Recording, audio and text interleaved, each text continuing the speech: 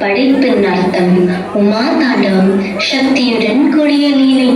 விஜய தாண்டவம் வெற்றியின் தாண்டவம், சந்தியா தாண்டவம் காலமாற்ற தாண்டவம், திரிபுர தாண்டவம் தீமையை அழிக்கும் தாண்டவம், ருத்ர தாண்டவம் கோபத்தின் நடனம்.